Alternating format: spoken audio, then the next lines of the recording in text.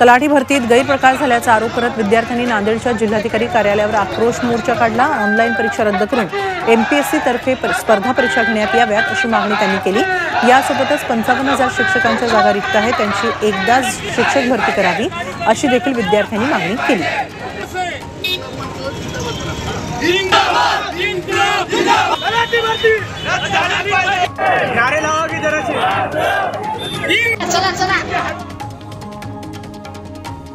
चंद्रपुरात शासकीय अभियांत्रिकी महाविद्यालयाच्या विद्यार्थ्यांशी केंद्रीय पेट्रोलियम मंत्री हरदीप सिंग पुरी यांनी संवाद साधला।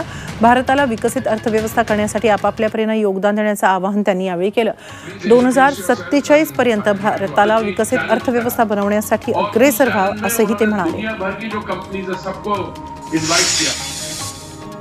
आज कोकण रेल्वेवर 2.5 तासांचा मेगा ब्लॉक घेण्यात आला। वीर ते अंजनी स्टेशन दरम्यान पायाभूत कामांसाठी आणि देखभाल दुरुस्त। अमृत नोनी आर्थो प्लस ये एक प्रूवन फॉर्मूला है। इसमें मौजूद नोनी फल के गुण और आयुर्वेदिक जड़ी बूटियां शरीर को जरूरी पोषक तत्व देने के साथ साथ हड्डियों और जोड़ों के घिसने, उनमें होने वाले सूजन और दर्द को रोकने में मदद करता है। दर्द मुक्त जीवन के लिए अमृत नोनी आर्थो प्लस साठी हा ब्लॉक घेण्यात आला। या ब्लॉकमुळे 3 रेल्वे गाड्यांच्या वेळापत्रकात बदल करण्यात आला।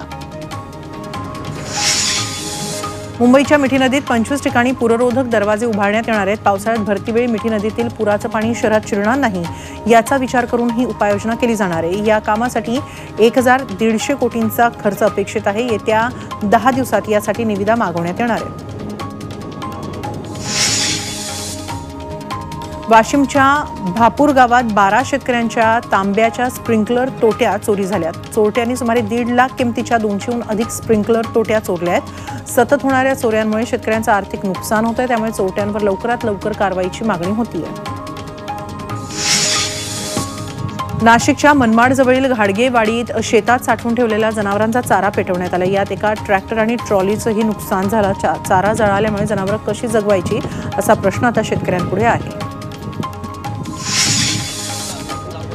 गोंदियातील गोठणगावमध्ये वनपरिक्षेत्राअंतर्गत सहवन क्षेत्रात एका बिबट्याचा बछडा आंब्याच्या झाडाखाली अशक्त अवस्थेत आढळून आला।